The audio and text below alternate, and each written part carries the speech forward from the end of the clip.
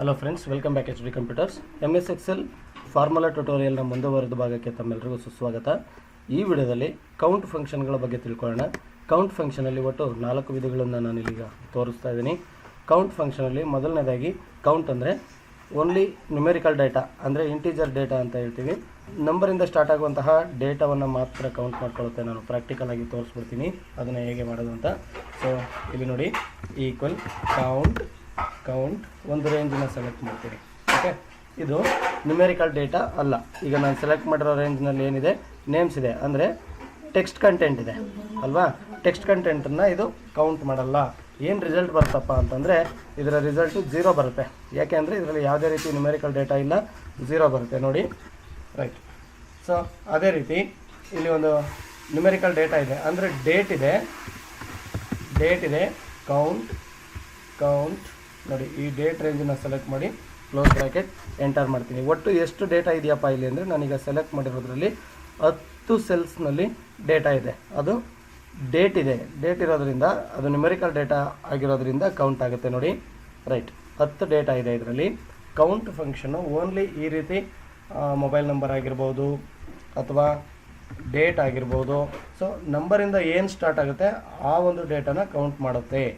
Okay, so blank ಇರಬಾರ್ದು. Blank ಇದ್ದರೂ ಕೂಡ ಆ ಸೆಲ್ಲನ್ನು ಕೌಂಟ್ ಮಾಡಲ್ಲ. ಇಲ್ಲಿ ನೋಡಿ, ಒಂದು ಡೇಟನ್ನು ನಾನೀಗ ಡಿಲೀಟ್ ಮಾಡ್ತೀನಿ. ರಿಸಲ್ಟ್ ಏನಾಗುತ್ತೆ, 9 ಆಗುತ್ತೆ ನೋಡಿ. ರೈಟ್, ಈ ರೀತಿ CTRL Z ಮಾಡ್ತೀನಿ ಮತ್ತೆ. ಓಕೆ, ಸೊ ಕೌಂಟ್ ಫಂಕ್ಷನ್ ಅರ್ಥ ಆಯ್ತಲ್ಲ ನಿಮಗೆ. ಇದು ಕೌಂಟ್ ಅಂದರೆ ಏನು ಮಾಡುತ್ತೆ ಅಂತ, ನ್ಯೂಮೆರಿಕಲ್ ಡೇಟಾನ ಕೌಂಟ್ ಮಾಡ್ಕೊಳ್ಳುತ್ತೆ. ಅದೇ ಥರ ಕೌಂಟ್ ಎ ಅಂತ ಇದೆಯಲ್ಲ, ಈ ಫಂಕ್ಷನ್ ಏನು ಮಾಡುತ್ತೆ ಅಂತ ನೋಡಿ. ಇದು ನ್ಯೂಮೆರಿಕಲ್ ಡೇಟಾ ಆಗಿರ್ಬೋದು ಅಥವಾ ಟೆಕ್ಸ್ಟ್ ಕಂಟೆಂಟ್ ಆಗಿರ್ಬೋದು. ಓಕೆ, ಸ್ಟ್ರಿಂಗ್ ಅಂತ ಹೇಳ್ತೀವಿ, ಸ್ಟ್ರಿಂಗ್ ಕಂಟೆಂಟ್ ಕೂಡ ಆಗಿರ್ಬೋದು. ಸೊ ಯಾವುದೇ ಒಂದು ಡೇಟಾ ಆಗಿದ್ರೂ ಕೂಡ ಇದು ಕೌಂಟ್ ಮಾಡುತ್ತೆ ನೋಡಿ. 10 ಡೇಟಾ ಇದೆ. ಓಕೆ, ಅದೇ ಥರ ಇಲ್ಲಿ ಡೇಟ್ ಇದೆ, ಇದನ್ನು ಕೌಂಟ್ ಮಾಡ್ಕೊಳ್ತಾ ನೋಡಿ. ಕೌಂಟ್ ಎ ಅಥವಾ ಕೌಂಟ ಅಂತ ನೀವು ಪ್ರೊನೌನ್ಸ್ ಮಾಡ್ಬೋದು. ಕೌಂಟ್ ಎ ಫಂಕ್ಷನ್ ಅದು ನಂಬರ್ ಆಗಿರ್ಬೋದು ಅಥವಾ ಟೆಕ್ಸ್ಟ್ ಕಂಟೆಂಟ್ ಆಗಿರ್ಬೋದು, ಎರಡನ್ನೂ ಕೂಡ ಕೌಂಟ್ ಮಾಡುತ್ತೆ. ಓಕೆ, ಮೊಬೈಲ್ ನಂಬರ್ನ ಕೌಂಟ್ ಮಾಡಿ ತೋರಿಸ್ತೀನಿ. Count A. ಓಕೆ, ಇದು ಎಷ್ಟಿದೆ, 10 ಸೆಲ್ಸ್ನಲ್ಲಿ ಇದೆ. ಸೊ ಇದು ಕೂಡ ಬ್ಲ್ಯಾಂಕ್ ಸೆಲ್ಲನ್ನು ಕೌಂಟ್ ಮಾಡಲ್ಲ ನೋಡಿ. ಬ್ಲ್ಯಾಂಕ್ ಸೆಲ್ ಇದ್ದರೆ ಇದು ಕೂಡ ಕೌಂಟ್ ಮಾಡಲ್ಲ. ಕೌಂಟ್ ಅಥವಾ ಕೌಂಟ್ ಎ ಫಂಕ್ಷನ್ ಏನು ಮಾಡುತ್ತೆ, count numerical data, count A numerical ಅಥವಾ ಟೆಕ್ಸ್ಟ್ ಕಂಟೆಂಟ್ ಯಾವುದೇ ಡೇಟಾವನ್ನು ಕೌಂಟ್ ಮಾಡ್ಕೊಳ್ಳುತ್ತೆ. ಓಕೆ, ಕೌಂಟ್ ಇಫ್ ಫಂಕ್ಷನನ್ನು ನಾನು ಫೈನಲ್ ಆಗಿ ಹೇಳ್ತೀನಿ. ಕೌಂಟ್ ಬ್ಲ್ಯಾಂಕ್ ಅಂತ ಇದೆ ನೋಡಿ. ಇದೇನು ಮಾಡ್ತದೆ ಅಂದರೆ, ಯಾವ ಸೆಲ್ಲು ನಾನು ಸೆಲೆಕ್ಟ್ ಮಾಡ್ಕೊಂಡಿರೋ ಕಂಟೆಂಟ್ನಲ್ಲಿ ಯಾವ ಸೆಲ್ಲು ಖಾಲಿ ಇದೆಯೋ, ಯಾವುದು ರೇಂಜ್ ಖಾಲಿ ಇದೆಯೋ ಅಷ್ಟು ಸೆಲ್ಲನ್ನು ಕೌಂಟ್ ಮಾಡುತ್ತೆ. ಓಕೆ, ಕೌಂಟ್ ಬ್ಲ್ಯಾಂಕ್ ನೋಡಿ. ನಾನು ಒಂದು 3 ಕಾಲಮ್ನಲ್ಲಿರೋ ಡೇಟಾ ಅಥವಾ ಫುಲ್ ಡೇಟಾನ ನಾನು ಈ ರೀತಿ ಸೆಲೆಕ್ಟ್ ಮಾಡ್ಕೊಂಡಿದ್ದೀನಿ. Close bracket enter. ಯಾಕೆ 0 ಬಂತು ಅಂದರೆ, ಇದು ಕೌಂಟ್ ಬ್ಲ್ಯಾಂಕ್. ಯಾವುದು ಬ್ಲ್ಯಾಂಕ್ ಸೆಲ್ ಇದೆಯೋ ಅದನ್ನು ಮಾತ್ರ ಕೌಂಟ್ ಮಾಡ್ಕೊಳ್ಳೋದು. ಗೊತ್ತಾಯ್ತಲ್ಲ. ಇಲ್ಲಿ ನೋಡಿ, 2 ಸೆಲ್ಲನ್ನು ನಾನು ಬ್ಲ್ಯಾಂಕ್ ಮಾಡಿದೆ, 3. ಇಲ್ಲಿ ರಿಸಲ್ಟನ್ನು ಗಮನಿಸ್ತಾ ಇದ್ದೀರಾ ಸ್ನೇಹಿತರೆ. ನಾನು ಯಾವ ಸೆಲ್ಲನ್ನು ಡಿಲೀಟ್ ಮಾಡ್ತೀನೋ ಅದು ಕೌಂಟ್ ಆಗುತ್ತೆ, ಯಾವುದು ಸೆಲ್ ಬ್ಲ್ಯಾಂಕ್ ಆಗುತ್ತೋ ಅದು ಕೌಂಟ್ ಆಗುತ್ತೆ. ಗೊತ್ತಾಯ್ತಲ್ಲ. ಸೊ ಈ ರೀತಿ ಇದು ಕೌಂಟ್ ಬ್ಲ್ಯಾಂಕ್ ಅನ್ನೋದು ಬ್ಲ್ಯಾಂಕ್ ಸೆಲ್ ಇದ್ದರೆ ಮಾತ್ರ ಕೌಂಟ್ ಮಾಡ್ಕೊಳ್ಳುತ್ತೆ. ಕೌಂಟ್ ಅಥವಾ ಕೌಂಟ್ ಎ ಫಂಕ್ಷನಲ್ಲಿ ಬ್ಲ್ಯಾಂಕ್ ಸೆಲ್ ಇದ್ದರೆ ಕೌಂಟ್ ಆಗಲ್ಲ.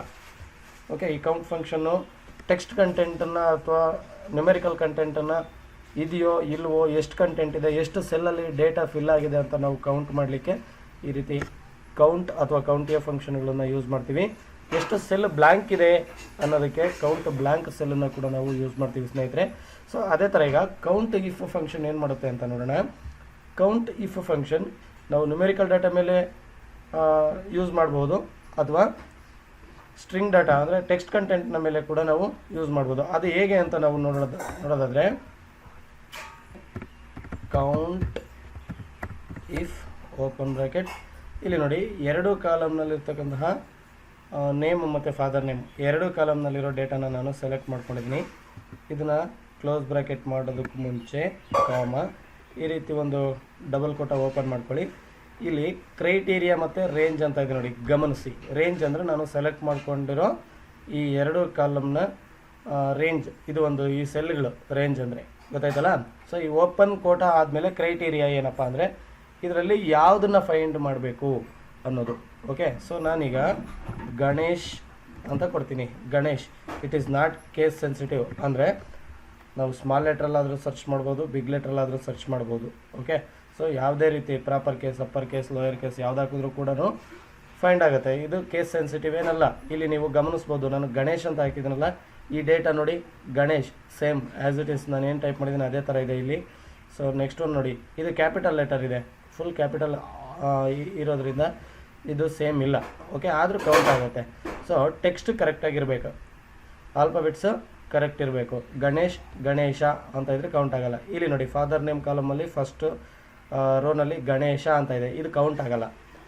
ಗಣೇಶ್ 1 ಮತ್ತು ಇಲ್ಲೊಂದು ಗಣೇಶ್ ಅಂತ ಇದೆ, 2 ಕೌಂಟ್ ಆಗುತ್ತೆ.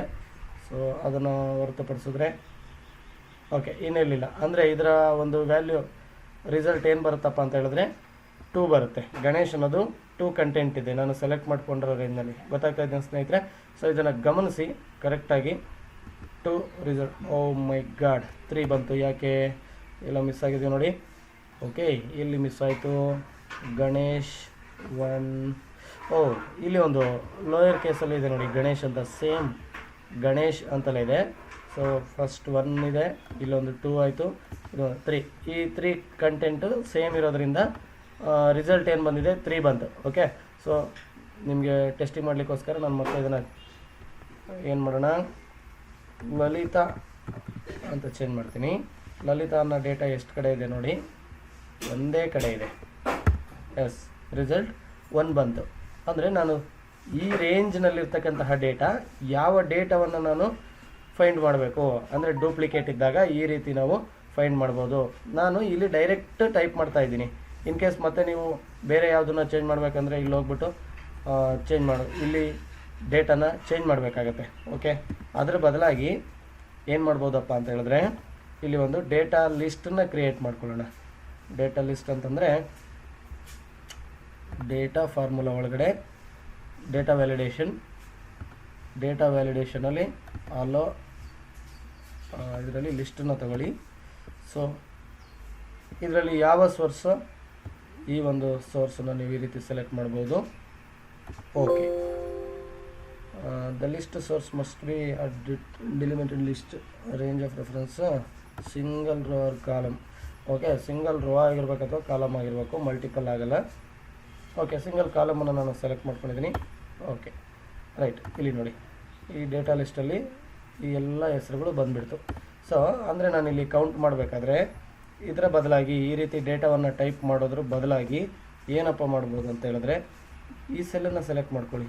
Just very simple.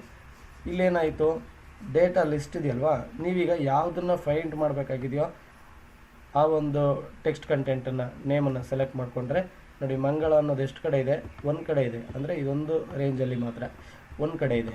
Okay, so ಅದೇ ರೀತಿ ಗಣೇಶ್ ಅನ್ನೋದನ್ನು ಸೆಲೆಕ್ಟ್ ಮಾಡ್ತೀನಿ. ನೋಡಿ ಆನ್ಸರ್ 3 ಬರ್ತಾ ಇದೆ. ಈ ರೀತಿ ಮಾಡ್ಬೋದು. ಲಕ್ಷ್ಮಿ, ಈ ರೀತಿ ನೀವು ಚೇಂಜ್ ಮಾಡ್ತಾ ಯಾವುದು ಎಷ್ಟಿದೆ, ಈ ಡೂಪ್ಲಿಕೇಟ್ ಕಂಟೆಂಟ್ ಇದೆಯಾ, 1 ಟೈಮ್ ಇದೆಯಾ, 2 ಟೈಮ್ ಇದೆಯಾ, ಎಷ್ಟು ಟೈಮ್ ಇದೆ ಅಂತ ಕೌಂಟ್ ಇಫ್ ಫಂಕ್ಷನನ್ನು ಯೂಸ್ ಮಾಡ್ಬೋದು. ಇದು ಓನ್ಲಿ ಸ್ಟ್ರಿಂಗ್ ಡಾಟಾ ಮೇಲೆ ಮಾತ್ರ ಅಲ್ಲ, ಇಂಟಿಜರ್ ಡಾಟಾ ಮೇಲೆ ಕೂಡ ಮಾಡ್ಬೋದು. ಇದು ಇಂಟಿಜರ್ ಡಾಟಾ ಮೇಲೆ ತುಂಬ ಯೂಸ್ ಆಗುತ್ತೆ. ಓಕೆ, ಇಲ್ಲಿ ನೋಡೋಣ.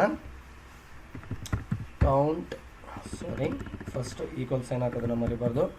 COUNTIF ಓಪನ್ ಬ್ರ್ಯಾಕೆಟ್ ಕ್ರೈಟೀರಿಯಾ ಏನು ಬರಬೇಕು ಅನ್ನೋದು ನ್ಯೂಮೆರಿಕಲ್ ವ್ಯಾಲ್ಯೂ ಬರುತ್ತೆ ಕ್ರೈಟೀರಿಯಾ.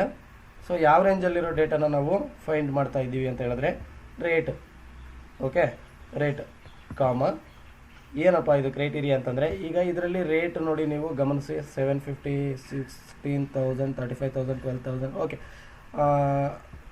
1000 ಒಳಗೇನು ನಮ್ಮ ಡೇಟಾ ಇದೆ, 50,000 ಒಳಗೇನು ಡೇಟಾ ಇದೆ. ಓಕೆ, ಅಪ್ ಟು 35,000ವರೆಗೂ ಇದೆ. ಮ್ಯಾಕ್ಸಿಮಮ್ ವ್ಯಾಲ್ಯೂ 35,000ವರೆಗೂ ಇದೆ. ಸೊ ನಾನೀಗ ಏನು ಮಾಡ್ತೇನಪ್ಪ ಅಂದರೆ 10,000ಕ್ಕಿಂತ ಕಡಿಮೆ ಎಷ್ಟಿದೆ, 10,000ಕ್ಕಿಂತ ಕಡಿಮೆ ರೇಟ್ ಇರ್ತಕ್ಕಂತಹ ಮೆಟೀರಿಯಲ್ಸ್ ಅಂದರೆ ಪ್ರಾಡಕ್ಟ್ ಎಷ್ಟು ನಂಬರ್ಸ್ ಇದೆ ಅಂತ ನಾನು ಕಂಡುಕೊಳ್ಳಿಕ್ಕೆ ಇಲ್ಲಿ ಈ ಕೋಟಾ ಒಳಗಡೆ ಲೆಸ್ ದೆನ್ 10,000 ಅಂತ ಹಾಕ್ತೀನಿ. ಲೆಸ್ ದೆನ್ 10,000 ಅಂದರೆ ಏನಾಗುತ್ತೆ, 10,000ಕ್ಕಿಂತ ಕಡಿಮೆ ರೇಟ್ ಇರ್ತಕ್ಕಂತಹ ಪ್ರಾಡಕ್ಟನ್ನು ಕೌಂಟ್ ಮಾಡ್ಕೊಳುತ್ತೆ. ಎಷ್ಟು ಪ್ರಾಡಕ್ಟ್ಗಳಿದೆ, ಈಗ 750 ಇದು ಒಂದು ಕೌಂಟ್ ಆಗುತ್ತೆ. 10,000ಕ್ಕಿಂತ ಕಡಿಮೆ, ಇಲ್ಲಿ 3,500 ಇದೆ, ಇದು ಒಂದು ಕೌಂಟ್ ಆಗುತ್ತೆ. 2 ಆಯಿತು, 4,000 ಒಂದು, 390, 4, 5, 6 ಆ್ಯಂಡ್ 33,000. ಓಕೆ, 6 ಡೇಟಾ ಇದೆ. 10,000ಕ್ಕಿಂತ ಕಡಿಮೆ ರೇಟ್ ಇರ್ತಕ್ಕಂತಹ ಪ್ರಾಡಕ್ಟ್ 6 ನಂಬರ್ಸ್ ಇದೆ, ಅದನ್ನು ಕೌಂಟ್ ಮಾಡುತ್ತೆ. ಓಕೆ, ಗೊತ್ತಾಯ್ತಲ್ಲ ಸ್ನೇಹಿತರೆ. ಸೊ 10,000ಕ್ಕಿಂತ ಮೇಲೆ ಇರ್ತಕ್ಕಂತಹ 10,000ಕ್ಕಿಂತ ಜಾಸ್ತಿ ರೇಟ್ ಇರ್ತಕ್ಕಂತಹ ಪ್ರಾಡಕ್ಟು ಎಷ್ಟು ನಂಬರ್ಸ್ ಇದೆ ಅಂತ ಹೇಳಿದ್ರೆ ಅದು ಗ್ರೇಟರ್ ದೆನ್ 10,000 ಅಂತ ಹಾಕಬೇಕು. ಸೊ ಇಲ್ಲಿ ನೋಡಿ ಗ್ರೇಟರ್ ದೆನ್ 10,000 ಅಂತ ಹಾಕ್ತಾ ಇದ್ದೀನಿ, ಎಂಟರ್. ಓಕೆ, 4 ಇದೆ.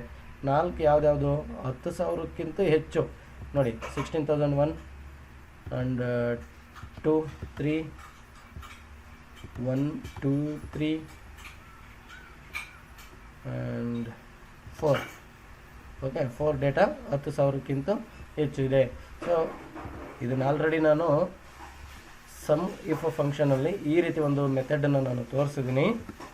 ಓಕೆ, ಲೆಸ್ ದೆನ್ ಹಾಕ್ಬೋದು ಅಥವಾ ಗ್ರೇಟರ್ ದೆನ್ ಯೂಸ್ ಮಾಡ್ಬೋದು, ಅಥವಾ less than or equal, greater than or equal, ಇದೆಲ್ಲ ನೀವು ಟೆಸ್ಟ್ ಮಾಡ್ಕೊಳ್ಳಿ. ಓಕೆ, ಅಥವಾ ಎಕ್ಸಾಕ್ಟ್ ನಂಬರ್ 10,000 ಪ್ರಾಡಕ್ಟ್ ಇರೋದು, 10,000 ರೇಟ್ ಇರ್ತಕ್ಕಂಥ ಪ್ರಾಡಕ್ಟ್ ಯಾವುದು ಅಂತ ನೀವು ಎಕ್ಸಾಕ್ಟ್ ತಿಳ್ಕೊಬೇಕಂದ್ರೆ ಈಕ್ವಲ್ 10,000 ಅಂತ ಹಾಕಿದ್ರೆ ಕೌಂಟ್ ಆಗುತ್ತೆ. ಇಲ್ಲಿ ಯಾವುದು 10,000 ರೇಟ್ ಇರ್ತಕ್ಕಂಥ ಪ್ರಾಡಕ್ಟ್ ಇಲ್ಲ, ಅದರಿಂದ ಇಲ್ಲಿ ಆನ್ಸರ್ 0 ಬಂತು. ಸೊ ಇಲ್ಲಿ ನಾನು 10,000 ಅಂತ ಒಂದನ್ನು ಚೇಂಜ್ ಮಾಡ್ತೀನಿ. ನೋಡಿ, ಕೌಂಟಿಂಗ್ 1 ಆಗುತ್ತೆ. ರೈಟ್, ಇಲ್ಲಿ ನೋಡಿ ಈ ರೀತಿ ಎಕ್ಸಾಕ್ಟ್ ವ್ಯಾಲ್ಯೂನ ಈ ರೀತಿ ಮಾಡ್ಬೋದು. ಗೊತ್ತಾಯ್ತಲ್ಲ ಸ್ನೇಹಿತರೆ. ಸೊ ಸ್ಟ್ರಿಂಗ್ ಡೇಟಾನ ನೀವು ಡೂಪ್ಲಿಕೇಟ್ ಡೇಟಾನ ಕೌಂಟ್ ಮಾಡಬೇಕಂದ್ರೆ ಏನು ಮಾಡಬೇಕು, ಇಂಟೀಜರ್ ಡೇಟಾವನ್ನು ಕೌಂಟ್ ಮಾಡಬೇಕಂದ್ರೆ ನೀವು ಏನು ಮಾಡ್ಬೋದು. ಸೊ ಈ ಎರಡನ್ನೂ ನಾನು ಕೌಂಟಿಫ್ ಫಂಕ್ಷನ್ಸಲ್ಲಿ ತೋರಿಸಿದ್ದೀನಿ. ಇನ್ನು ಸೊ ಮುಂದಿನ ವಿಡಿಯೋದಲ್ಲಿ ಇದೇ ರೀತಿ ಮತ್ತೊಂದು ಯೂಸ್ಫುಲ್ ಫಾರ್ಮುಲಾ ಒಂದಿಗೆ ಮತ್ತೆ ನಿಮಗೆ ಭೇಟಿ ಆಗ್ತೀನಿ. Thank you very much.